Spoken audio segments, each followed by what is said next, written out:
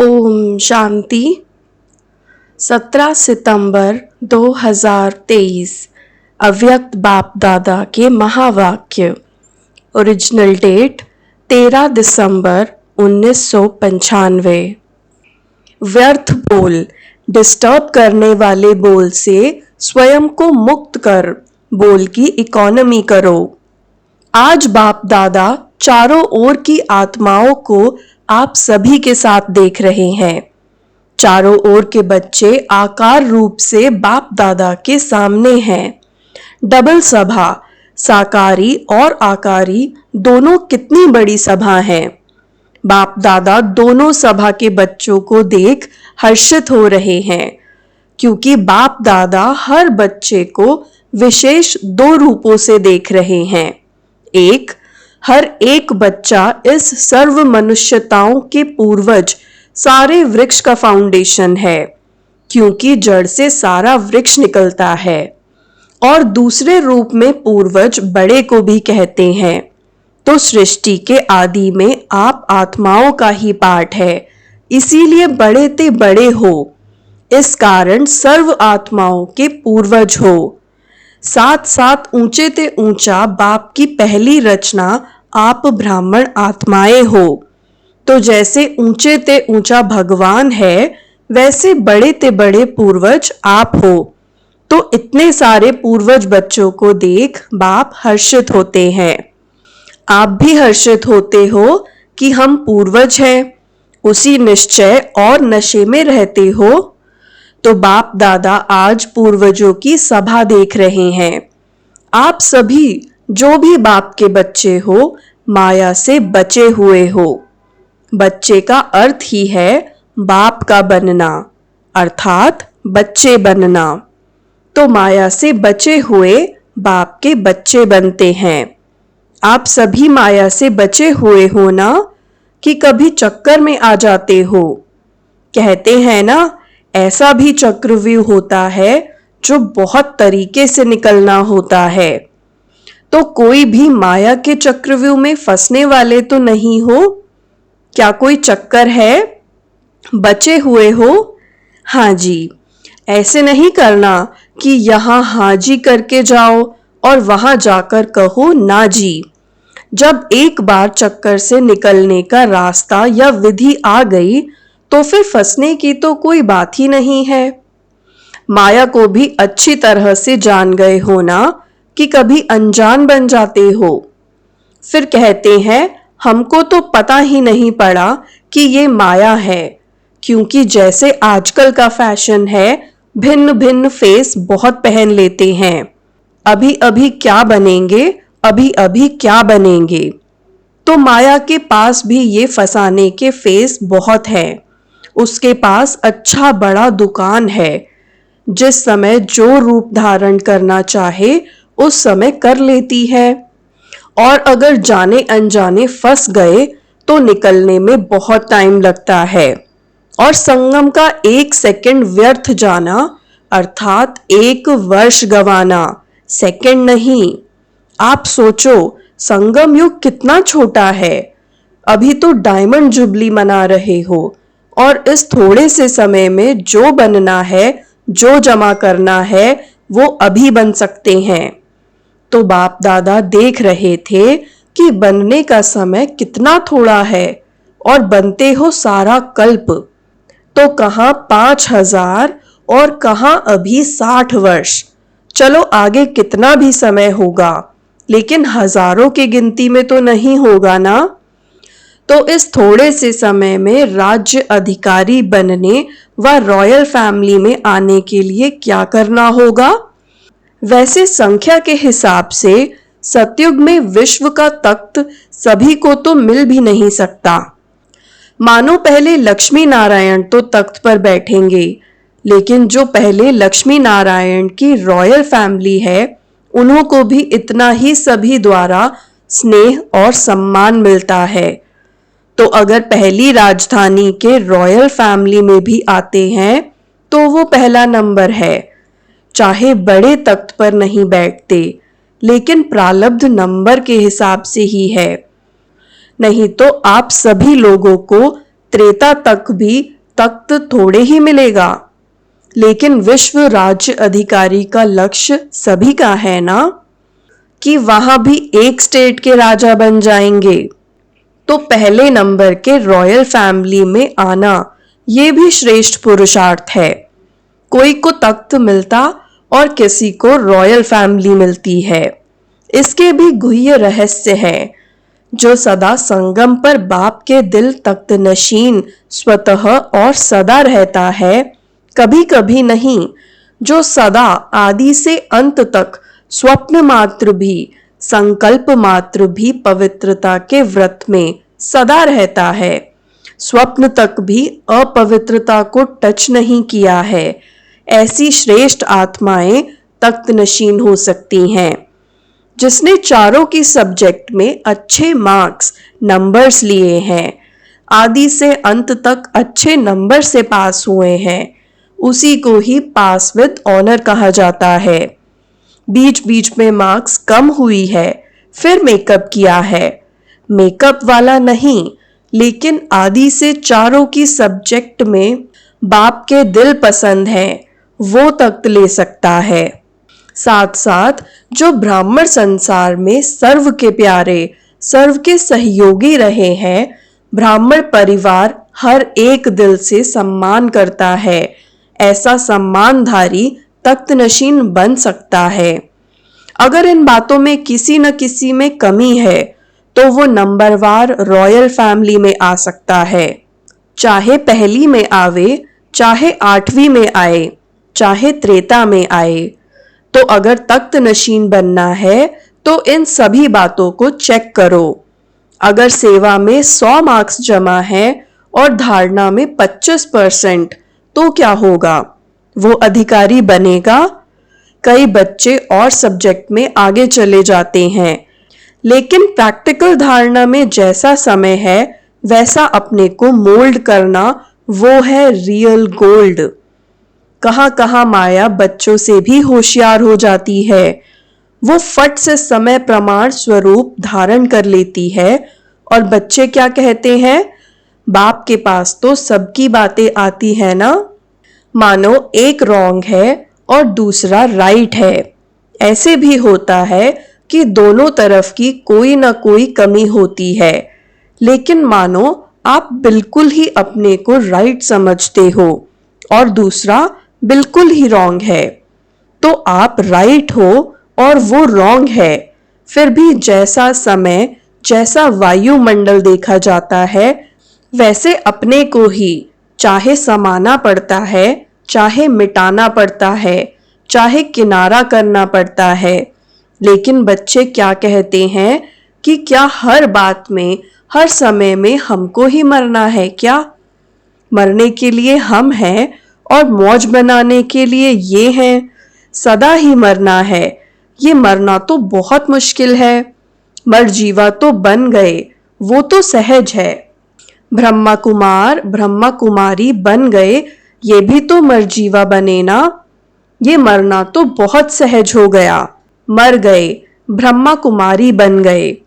लेकिन ये बार बार का मरना, ये बहुत मुश्किल है। मुश्किल है ना? छोटियां कहती हैं कि हमको ही ज्यादा मरना पड़ता है, और बड़े कहते हैं कि हमको ही ज्यादा सुनना पड़ता है। तो आपको सहन करना पड़ता, उन्हों को सुनना पड़ता। तो मरना किसको है? कौन मरे? एक मरे या दोनों मरे? दोनों ही मर गए तो बात खत्म, खेल खत्म। तो मरना आता है या थोड़ा मुश्किल लगता है, थोड़ा सांस हाफता है, मुश्किल सांस निकलता है, तकलीफ होती है। उस समय जब कहते हो ना कि क्या हमें ही मरना है, हमें ही बदलना है, क्या मेरी ही जिम्मेवारी है बदलने की? दूसरे की भी तो है। आधा आधा बांट लो, तुम इतना मरो, मैं इतना मरूं। बाप दादा को तो उस समय रहम भी बहुत आता है, लेकिन ये मरना मरना नहीं है, ये मरना सदा के लिए जीना है। लोग कहते हैं ना कि बिना मरे स्वर्ग नहीं मिलेगा, तो उस मरने से तो स्वर्ग मिलता नहीं, लेकिन इस मरने से स्वर्ग का अधिकार जरूर मिलेगा। इसीलिए ये मरना अर्थात स्वर्ग का अधिकारी बनना। डर जाते हो ना, मरना पड़ेगा, सहन करना पड़ेगा, तो छोटी बात बड़ी हो जाती है। आप सोचो, कोई भी डाकू या चोर है नहीं, लेकिन आपको डर बैठ गया कि डाकू है, चोर है, तो भय से क्या होता है? भय से या तो हार्ट नीचे ऊपर होगी या ब्लड प्रेशर नीचे ऊपर होगी। डर से होता है ना, तो डर जाते हो। मरना बड़ी बात नहीं है, लेकिन आपका डर बड़ी बात बना देता है। फिर कहते हैं, पता नहीं हमको क्या होता है, पता नहीं। लेकिन जैसे हिम्मत से मरजीवा बनने में भय नहीं है, खुशी खुशी से किया, ऐसे खुशी खुशी से परिवर्तन करना है। मरना शब्द नहीं है, लेकिन आपने मरना मरना शब्द कह दिया है, इसीलिए डर जाते हैं। वास्तव में ये मरना नहीं है, लेकिन अपने धारणा की सब्जेक्ट में नंबर लेना है। सहन करने में घबराओ मत। क्यों घबराते हो? क्योंकि समझते हो कि झूठी बात में हम सहन क्यों करें। लेकिन सहन करने की आज्ञा किसने दी है? झूठ बोलने वाले ने दी है। कई बच्चे सहन करते भी हैं, लेकिन मजबूरी से सहन करना और मोहब्बत में सहन करना, इसमें अंतर है। बात के कारण सहन नहीं करते हो, लेकिन बाप की आज्ञा है सहनशील बनो, तो बाप की आज्ञा मानते हो। तो परमात्मा की आज्ञा मानना ये खुशी की बात है, ना कि मजबूरी की। तो कई बार सहन करते भी हो, लेकिन थोड़ा मिक्स होता है, मोहब्बत भी होती है, मजबूरी भी होती है। सहन कर ही रहे हो तो क्यों नहीं खुशी से ही करो, मजबूरी से क्यों करो? वो व्यक्ति सामने आता है ना, तो मजबूरी लगती है, और बाप सामने आवे कि बाप की आज्ञा पालन कर रहे हैं तो मोहब्बत लगेगी, मजबूरी नहीं। तो ये शब्द नहीं सोचो। आजकल ये थोड़ा कॉमन हो गया है, मरना पड़ेगा, कब तक मरना पड़ेगा, अंत तक या 2 साल, 1 साल, 6 मास, फिर तो अच्छा मर जाएं। लेकिन कब तक मरना है? लेकिन यह मरना नहीं है, अधिकार पाना है। तो क्या करेंगे? मरेंगे। यह मरना शब्द खत्म कर दो। मरना सोचते हो ना, तो मरने से तो डर लगता है ना। देखो, अपना मृत्यु तो छोड़ो, कोई कोई तो दूसरे का मृत्यु देखकर भी डर जाते हैं। तो ये शब्द परिवर्तन करो, ऐसे ऐसे बोल नहीं बोलो, शुद्ध भाषा बोलो। ब्राह्मणों की डिक्शनरी में यह शब्द है ही नहीं, पता नहीं किसने शुरू किया है। किया तो आप लोगों में से ही है ना। आप माना जो सामने बैठे हैं, वह नहीं, ब्राह्मणों ने ही किया है। बाप दादा ने ये तो एक मिसाल सुनाया, लेकिन सारे दिन में ऐसे व्यर्थ बोल या मजाक के बोल बहुत बोलते हैं। अच्छे शब्द नहीं बोलेंगे, लेकिन कहेंगे मेरा भाव नहीं था, यह तो मजाक में कह दिया। तो ऐसा मजाक क्या ब्राह्मण जीवन में आपके नियमों में है? लिखा हुआ तो नहीं है। कभी पढ़ा है कि मजाक कर सकते हैं? मजाक करो, लेकिन ज्ञान युक्त, योग युक्त। बाकी व्यर्थ मजाक जिसको आप मजाक समझते हो, लेकिन दूसरे की स्थिति डगमग हो जाती है, तो वह मजाक हुआ या दुख देना हुआ। तो आज बाप दादा ने देखा कि एक तो सभी पूर्वज हैं, और दूसरा सबसे बड़े ते बड़े पूज्य आत्माएं भी आप हो। आप जैसी पूजा सारे कल्प में किसकी नहीं होती।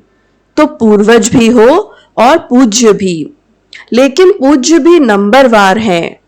जो भी ब्राह्मण बनते हैं उनकी पूजा होती जरूर है, लेकिन किसकी विधि पूर्वक होती है और किसकी काम चलाऊ होती है। तो जो ब्राह्मण यहाँ भी योग में बैठते हैं, लेकिन काम चलाऊ, कुछ नींद किया, कुछ योग किया, कुछ व्यर्थ सोचा और कुछ शुभ सोचा तो यह काम चलाऊ हो गया ना। सफेद बत्ती जल गई, काम पूरा हो गया। ऐसे धारणा में भी काम चलाऊ बहुत होते हैं। कोई भी सरकमस्टांस आएगा तो कहेंगे अभी तो ऐसे करके चलाओ, पीछे देखा जाएगा। तो ऐसों की पूजा काम चलाऊ होती है। देखो लाखों सालीग्राम बनाते हैं, लेकिन क्या होता है? विधि पूर्वक पूजा होती है, काम चलाऊ होती है ना। पाइप से नहला दिया और तिलक भी कटोरी भर के पंडित लोग ऐसे ऐसे कर देते हैं, छिड़क देते हैं, तिलक लग गया। तो ये क्या हुआ? काम चलाऊ हुआ ना। पूज्य सभी बनते हो, लेकिन कैसे पूज्य बनते हो वो नंबरवार है। किसकी हर कर्म में पूजा होती है। दातुन का भी दर्शन होता है, दातुन हो रहा है। मथुरा में जाओ तो दातुन का भी दर्शन कराते हैं। इस समय दातुन का समय है। तो काम चलाऊ नहीं बनना, नहीं तो पूजा भी ऐसी होगी। अच्छा, सभी टीचर्स खुश हो या कोई कोई इच्छा अभी भी मन में है? कोई भी इच्छा होगी तो अच्छा बनने नहीं देगी। या इच्छा पूर्ण करो या अच्छा बनो, आपके हाथ में है। और देखा जाता है कि ये इच्छा ऐसी चीज है जैसे धूप में आप चलते हो तो आपकी परछाई आगे जाती है और आप उसको पकड़ने की कोशिश करो तो पकड़ेगी क्या? और आप पीठ करके आ जाओ तो वो परछाई कहाँ जाएगी? आपके पीछे पीछे आएगी। तो इच्छा अपनी तरफ आकर्षित करके रुलाने वाली है, और इच्छा को छोड़ दो तो इच्छा आपके पीछे पीछे आएगी। मांगने वाला कभी भी संपन्न नहीं बन सकता। और कुछ नहीं मांगते हो, लेकिन रॉयल मांग तो बहुत है। जानते हो ना रॉयल मांग क्या है? अल्पकाल का कुछ नाम मिल जाए, कुछ शान मिल जाए, कभी हमारा भी नाम विशेष आत्माओं में आ जाए, हम भी बड़े भाइयों में गिने जाएं, हम भी बड़ी बहनों में गिने जाएं। आखिर हमको भी तो चांस मिलना चाहिए। लेकिन जब तक मांगते हो तब तक कभी खुशी के खजाने से संपन्न नहीं हो सकते। ये मांग के पीछे या कोई भी हद की इच्छाओं के पीछे भागना ऐसे ही समझो जैसे मृग तृष्णा है। इससे सदा ही बचकर रहो। छोटा रहना कोई खराब बात नहीं है। छोटे सुभान अल्लाह हैं, क्योंकि बाप दादा के दिल पर नंबर आगे है। अल्पकाल की इच्छा का अनुभव करके देखा होगा तो रुलाती है या हंसाती है? रुलाती है ना। तो रावण की आज्ञा है रुलाओ। आप तो बाप के हो ना, तो बाप हंसाने वाला है या रुलाने वाला? आज बाप दादा विशेष इस पर अटेंशन दिला रहे हैं कि व्यर्थ बोल जो किसको भी अच्छे नहीं लगते। आपको अच्छा लगता है लेकिन दूसरे को अच्छा नहीं लगता, तो सदा के लिए उस शब्द को समाप्त कर दो। ऐसे सारे दिन में अगर बाप दादा अपने पास बच्चों के शब्द नोट करे तो काफी फाइल बन सकती है। यह अपशब्द, व्यर्थ शब्द, जोर से बोलना, यह जोर से बोलना भी वास्तव में अनेकों को डिस्टर्ब करता है।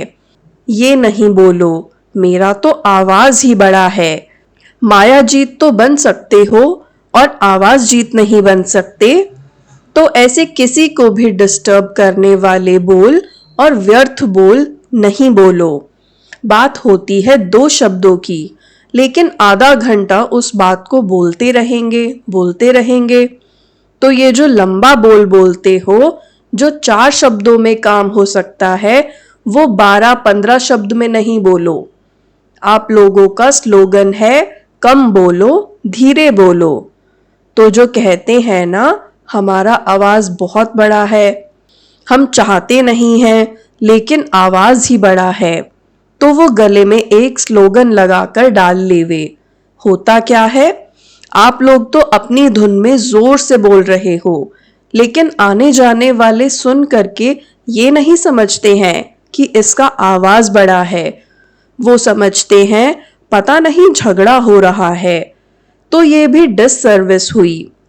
इसीलिए आज का पाठ दे रहे हैं व्यर्थ बोल या किसी को भी डिस्टर्ब करने वाले बोल से अपने को मुक्त करो।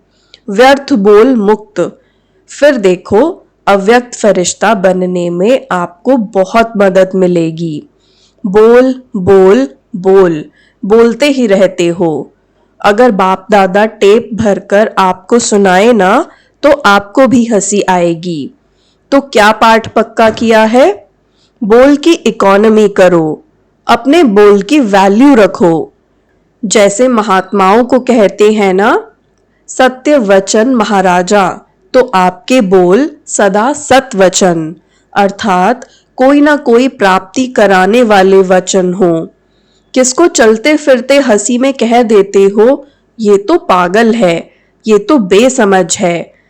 ऐसे कई शब्द बाप दादा अभी भूल गए हैं लेकिन सुनते हैं। तो ब्राह्मणों के मुख से ऐसे शब्द निकलना, ये मानो आप सतवचन महाराजा वाले किसी को श्राप देते हो। किसको श्रापित नहीं करो, सुख दो। युक्ति युक्त बोल बोलो और काम का बोलो, व्यर्थ नहीं बोलो। तो जब बोलना शुरू करते हो तो 1 घंटे में चेक करो कि कितने बोल व्यर्थ हुए और कितने सतवचन हुए। आपको अपने बोल की वैल्यू का पता नहीं, तो बोल की वैल्यू समझो। अपशब्द नहीं बोलो, शुभ शब्द बोलो, क्योंकि अभी लास्ट मास है और आदि का मास डायमंड जुबली है। तो सारा साल डायमंड बनेंगे या 6 मास बनेंगे? सारा साल बनेंगे ना। इसीलिए बाप दादा डायमंड जुबली के पहले बच्चों को विशेष अटेंशन दिला रहे हैं। बाप दादा चारों ओर के दृश्य को देखते ही रहते हैं। सारा दिन नहीं देखते रहते हैं, सेकंड में सब देख सकते हैं। तो पाठ पक्का किया, मुक्त बनना है या थोड़ा थोड़ा युक्त और थोड़ा थोड़ा मुक्त? हर एक अपने को देखो। ये नहीं शुरू करना कि बाबा ने वाणी चलाई फिर भी बोल रहा हूं। दूसरे को नहीं देखना, अपने को देखो। मैंने बाप की श्रीमत को कितना अपनाया है। अभी तो 1-2 को देखते हैं, ये कर रहा है, लेकिन जब अधिकार मिलने में वो नीचे पद में जाएगा तो उस समय आप साथ देंगे? उस समय देखेंगे? उस समय नहीं देखेंगे। फिर अभी क्यों देखते हो? अच्छा, सभी मुक्त बनेंगे ना? सभी को पाठ याद है? कौन सा पाठ? व्यर्थ बोल मुक्त याद है? भूल तो नहीं गया? अच्छा, चारों ओर के पूर्वज आत्माओं को सदा इस निश्चय और नशे में रहने वाली श्रेष्ठ आत्माओं को सदा बाप के श्रीमत प्रमाण हर कर्म करने वाले कर्म योगी आत्माओं को सदा दृढ़ संकल्प से बाप के हर कदम पर कदम रखने वाले फॉलो फादर बच्चों को बहुत बहुत याद प्यार और नमस्ते। डबल विदेशियों को डबल नमस्ते। वरदान, लौकिक को अलौकिक में परिवर्तन कर घर को मंदिर बनाने वाले आकर्षण मूर्त भव। लौकिक को अलौकिक में परिवर्तन कर घर को मंदिर बनाने वाले आकर्षण मूर्त भव। प्रवृत्ति में रहते घर के वायुमंडल को ऐसा बनाओ जिसमें कोई भी लौकिकता न हो। कोई भी आए तो अनुभव करे कि यह अलौकिक है, लौकिक नहीं। यह साधारण घर नहीं लेकिन मंदिर है। यह है पवित्र प्रवृत्ति वालों की सेवा का प्रत्यक्ष स्वरूप। स्थान भी सेवा करे, वायुमंडल भी सेवा करे। जैसे मंदिर का वायुमंडल सबको आकर्षित करता है, ऐसे आपके घर से पवित्रता की खुशबू आए तो वह खुशबू स्वतः चारों ओर फैलेगी और सबको आकर्षित करेगी।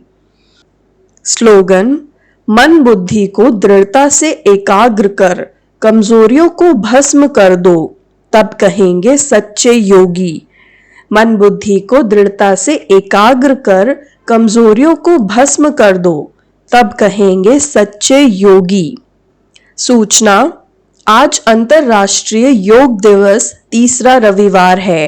सायं 6:30 से 7:30 बजे तक सभी भाई बहनें योग अभ्यास में अनुभव करें कि मुझ आत्मा द्वारा पवित्रता की किरणें निकलकर सारे विश्व को पावन बना रही हैं।